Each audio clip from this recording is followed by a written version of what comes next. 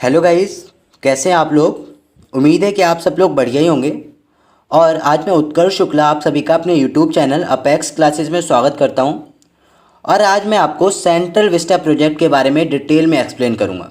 जैसा कि आपको पता ही होगा कि अभी हाल ही में काफ़ी न्यूज़ हाईलाइट में रहा था सरकार का ये सेंट्रल विस्टा प्रोजेक्ट।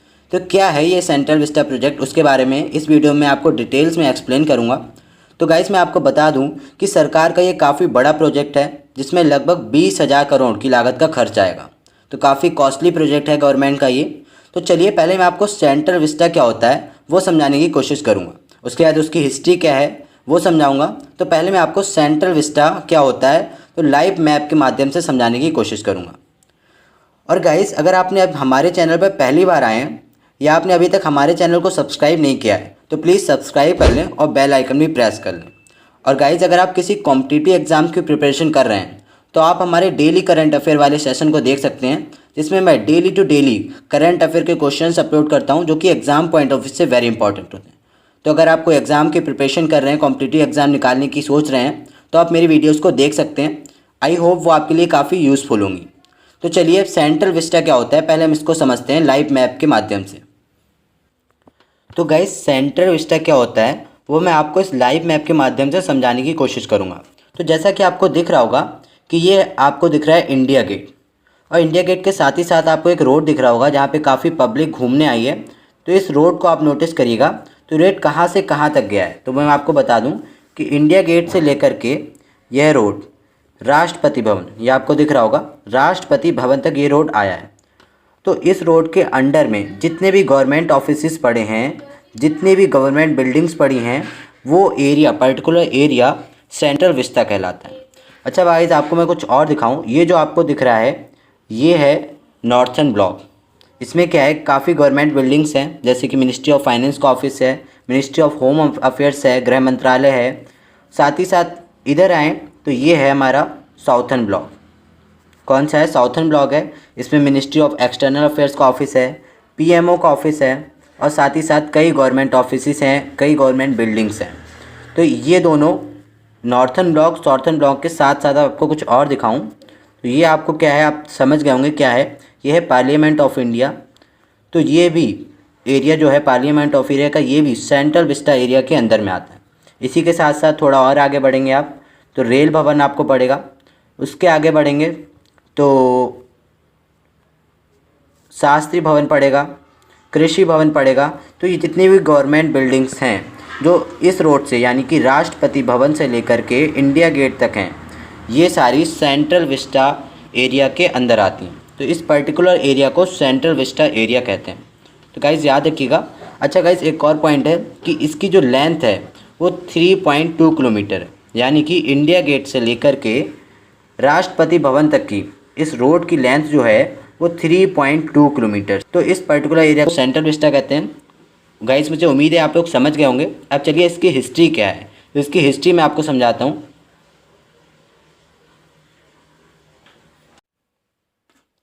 तो गाइस, अब मैं आपको हिस्ट्री ऑफ सेंट्रल विस्टा बताऊंगा, यानी सेंट्रल विस्टा की हिस्ट्री, यानी सेंट्रल विस्टा का इतिहास क्या है वो मैं आपको बताऊंगा। तो गाइस, मैं आपको बता दूं कि जो पार्लियामेंट ऑफ हाउस है या राष्ट्रपति भवन है या जितनी भी नॉर्थर्न एंड साउथर्न ब्लॉक की बिल्डिंग्स हैं, गवर्नमेंट ऑफिसेस हैं, वो सारे काफ़ी पुराने बने हुए हैं। लगभग 1931 में इन्हें बनवाया गया था, जब ब्रिटिश इंडिया हमारे देश पर राज करती थी, यानी जब अंग्रेज़ों का शासन हुआ करता था हमारे देश पर, तब इन बिल्डिंग्स को बनवाया गया था। तो इस तरह से ये बिल्डिंग्स जो हैं लगभग 100 साल पुरानी हैं। और गाइस, आपको पता ही होगा कि ब्रिटिश रूल यानी जब अंग्रेज़ शासन करते थे तब हमारी कैपिटल कलकत्ता थी। और फिर दिसंबर 1911 की बात है जब किंग जॉर्ज भी, जो कि इंग्लैंड के किंग थे, उन्होंने इंडिया की कैपिटल को कलकत्ता से दिल्ली शिफ्ट किया।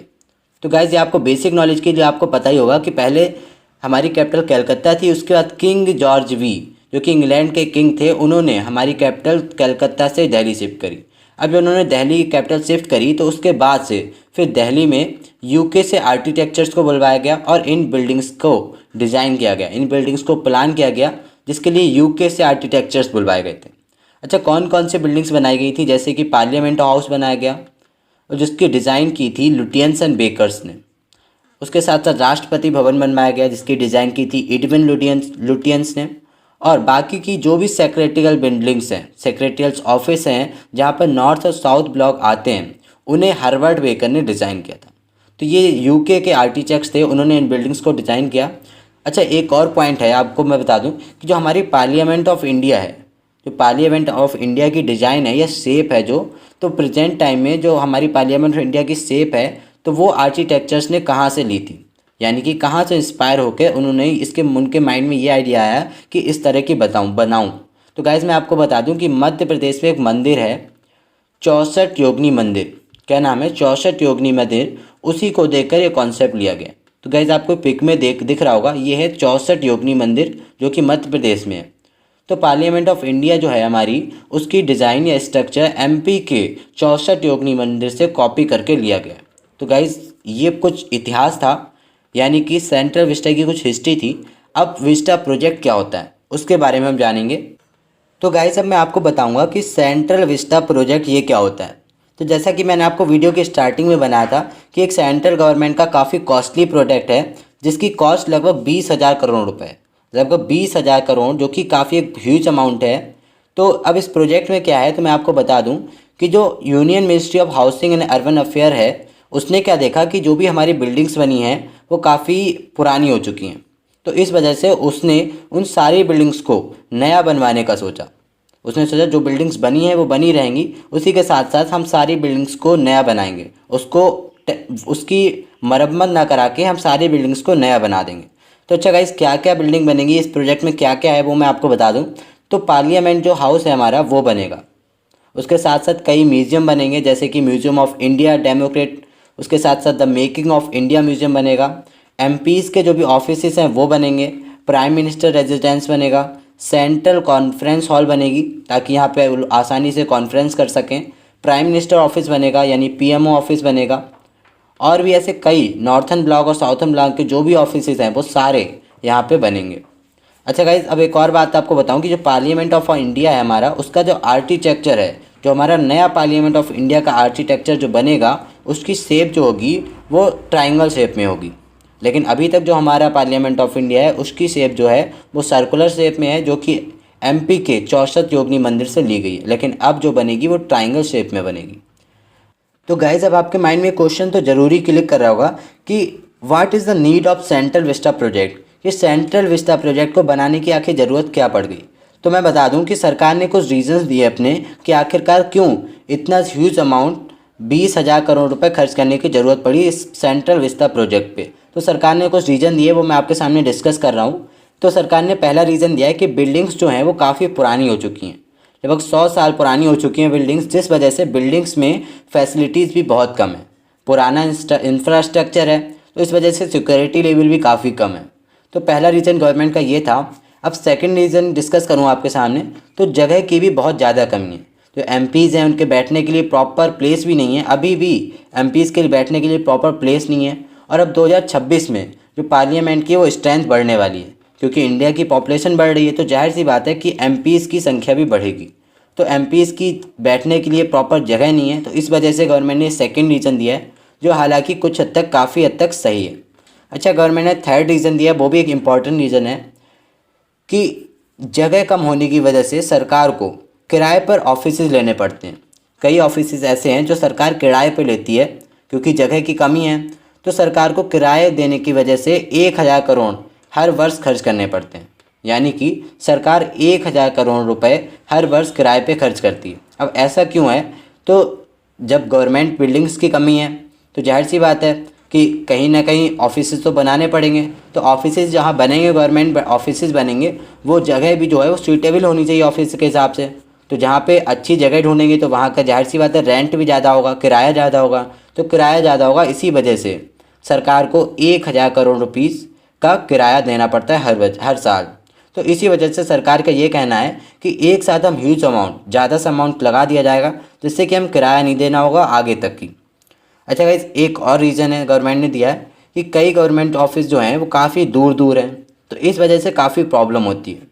तो अब सरकार का कहना है कि सारे ऑफिसेज एक जगह पे इकट्ठे हो जाएंगे, जिससे कि काम सबका जल्दी हो जाया करेगा और आसानी से हो जाया करेगा। तो ये कुछ सरकार ने अपने रीज़न दिए हैं कि क्यों आखिर उसको इतने, यानी कि 20,000 crore rupees central Vista project पे खर्च करने की ज़रूरत पड़ी। अच्छा, इस प्रोजेक्ट को खर्च करने की ज़रूरत पड़ी, इसी के साथ साथ अब जो अपोजिशन पार्टी हैं या कई लोगों ने इसका अपोज़ भी किया। तो उसमें क्या है कि काफ़ी लोगों ने इसका विरोध किया कि भारत की इकोनॉमी अभी बहुत बुरे लेवल पर है, तो अभी इतने प्रोजेक्ट को अलाउ नहीं किया जाना चाहिए। जैसा कि आप लोगों को पता है कि कोविड-19 की वजह से हमारी इकोनॉमी काफ़ी नीचे आ गई है, तो इसी वजह से कई लोगों ने अपोज़ किया इसका कि इस टाइम इस प्रोजेक्ट की कोई नीड नहीं है। तो इस पर अपोजिशन पार्टी ने काफ़ी बड़ा मुद्दा बनाकर इसका अपोज़ किया। और इसी के साथ साथ कई ऐसी पार्टीज जो थी उन्होंने कुछ सजेशन भी दिए। तो वो सजेशन कौन कौन से हैं वो मैं आपके सामने डिस्कस करूँगा। तो कुछ जो सजेशन दिए गए गवर्नमेंट को अपोजिशन पार्टीज़ के, वो कौन कौन से हैं। तो पहला सजेशन है कि complete ban on media ads by the government for 2 years. तो ये सजेशन जो दिए गए हैं अपोजिशन के द्वारा वो भारत की इकोनॉमी को बेटर बनाने के लिए दिए गए। तो पहला सजेशन है कि पूरी तरह से जो मीडिया है, मीडिया एड्स हैं गवर्नमेंट के द्वारा, उन पर 2 साल के लिए बैन लगा दे सरकार। यानी कि जितना भी पैसा सरकार मीडिया में अपने विज्ञापन देने के लिए देती है उन सबको रोक दिया जाए। सेकंड रीज़न दिया कि सस्पेंड द 20,000 करोड़ प्रोजेक्ट। जो 20,000 करोड़ का ये सेंट्रल विस्टा प्रोजेक्ट बना है इसको सस्पेंड कर दिया जाए, इसको या तो कैंसिल कर दिया जाए, थोड़े दिनों के लिए टाल दिया जाए। फिर थर्ड रीज़न दिया है कि reduce 30% in expenditure budget of central government. तो इसमें क्या है कि जो हमारा सेंट्रल गवर्नमेंट ने बजट पास किया है उसमें 30% का खर्चा कम कर दिया जाए, उस बजट को थोड़ा कम कर दिया जाए, 30% कम कर दिया जाए। फोर्थ रीज़न है कि जितने भी फॉरेन विजिट हैं, all foreign visit of executive to be put on hold, कि जितने भी एग्जीक्यूटिव जो हैं वे फॉरेन विजिट के लिए जाते हैं उनको रोक दिया जाए। हालांकि ये तो भी हो गया है क्योंकि कोविड-19 की वजह से कोई भी ना आउट ऑफ इंडिया जा सकता है ना आ सकता है, तो इस वजह से ये तो इस टाइम लागू हो रहा है। अगला रीज़न दिया है transfer money of PM cares to PM national relief fund, कि जो भी पीएम केयर्स में फ़ंड है वो सारा पीएम नेशनल रिलीफ फंड में जमा कर दिया जाए। तो गाइस ये कुछ अपोजिशन पार्टी के द्वारा सजेशन दिए गए हैं गवर्नमेंट के लिए जिससे कि इकोनॉमी को बेटर बनाए। अच्छा गाइस, फिर क्या हुआ कि अब लोगों ने सजेशन दे दिए लेकिन फिर भी कई लोगों ने इसका अपोजिशन किया, कई पार्टीज़ ने अपोजिशन किया। तो उसके साथ साथ अब जो मैटर जो था वो सुप्रीम कोर्ट में ले जाया गया। तो अब सुप्रीम कोर्ट का क्या डिसीजन रहा, तो वो सुप्रीम कोर्ट ने कहा कि the central Vista project will not be put on hold now. तो सेंट्रल विस्टा प्रोजेक्ट को अभी हम रोक नहीं सकते, जैसा चल रहा है वैसे ही चलने दीजिए। तो ये सुप्रीम कोर्ट का कहना था। अब आपके माइंड में आ रहा होगा कि सुप्रीम कोर्ट ने कह तो दिया है, इसका मतलब ये पास हो चुका है, तो अब ये प्रोजेक्ट कब तक बनेगा। तो अब कब तक बनेगा उसके बारे में आपको बताऊं, इसकी टाइम लाइन बताऊं, टाइम पीरियड बताऊं कब तक बनेगा। तो जो पार्लियामेंट ऑफ इंडिया है हमारा वो 2022 तक बन के कम्प्लीट हो जाएगा। और इसी के साथ साथ जो अदर बिल्डिंग्स हैं और म्यूजियम्स हैं वो 2024 तक बन पाएंगी। यानी कि जो अदर बिल्डिंग्स हैं जो कि नॉर्थन ब्लॉक में आती हैं, साउथन ब्लॉक में आती हैं, वो 2024 तक बन पाएंगी। अच्छा गाइज, आपको जो पिक में ये दिख रहा है ट्रायंगुलर शेप में, ये हमारे न्यू पार्लियामेंट ऑफ इंडिया की पिक है, जो कि हालांकि अभी बना नहीं है लेकिन एनिमेटेड पिक है। तो ये कुछ इस तरह का दिखेगा। उसी के साथ साथ जो आपको पीछे दिख रहा है सर्कुलर शेप में, ये हमारा इस टाइम का प्रेजेंट टाइम का पार्लियामेंट ऑफ इंडिया है जो कि सर्कुलर शेप में है। तो गाइज आपको मैंने बताया था सर्कुलर शेप इसका कहाँ से लिया गया है, तो एमपी के 64 योगिनी मंदिर से इसका सर्कुलर शेप लिया गया है और अब जो बनेगा वो ट्रायंगुलर शेप में बनेगा। अच्छा गाइज, जो हमारा न्यू पार्लियामेंट ऑफ इंडिया बनेगा जो कि ट्रायंगुलर शेप में होगा, केवल उसके लिए 922 करोड़ रुपीज़ की कॉस्ट आएगी। तो इस तरह से हम लोग कह सकते हैं कि गवर्नमेंट का एक काफ़ी महंगा प्रोजेक्ट है। आप लोगों को पता है कि इस टाइम हमारी इकोनॉमी काफ़ी डाउन हो चुकी है, काफ़ी बुरे वक्त से गुजर रही है हमारी इकोनॉमी। तो गाइज़ अब मैं आपसे क्वेश्चन पूछूंगा, आप मुझे कमेंट के माध्यम से बताइएगा कि ये प्रोजेक्ट को अभी बनाना चाहिए सरकार को या नहीं, यानी कि इसको सस्पेंड कर देना चाहिए, थोड़े दिनों के लिए पोस्टपोन कर देना चाहिए, या फिर इस प्रोजेक्ट को बनने देना चाहिए। तो गाइज़ कमेंट के माध्यम से आप मुझको बताइएगा। और गाइज़ मैंने आपको इस वीडियो में सेंट्रल विस्टा के बारे में डिटेल में एक्सप्लेन किया कि सेंट्रल विस्टा के प्रोजेक्ट में आपको बताया कि क्या है सेंट्रल विस्टा प्रोजेक्ट। और गाइज़ मुझे उम्मीद है कि आपको वीडियो पसंद आई होगी और अगर आपको वीडियो में कुछ नॉलेज मिली है, आपको लगा कि आपकी वीडियो से कुछ हेल्प हुई है, आपको वीडियो पसंद आई है, तो प्लीज़ लाइक और शेयर ज़रूर करिएगा।